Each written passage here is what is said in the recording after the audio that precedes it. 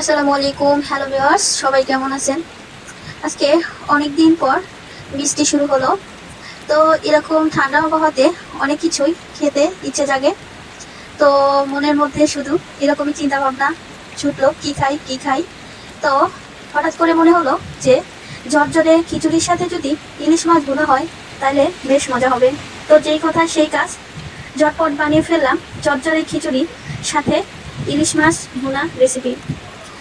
ইলিশ মাছটা কিন্তু সকলের কাছে অনেক প্রিয়। তো আপনাদের কার কাছে কেমন লাগে ইলিশ মাছ ভুনা ও সাথে খিচুড়ি, প্লিজ কমেন্টে জানাতে ভুলবেন না। আর হ্যাঁ, আপনাদের সবার কিন্তু আমার বাসায় দাওয়াত রইল।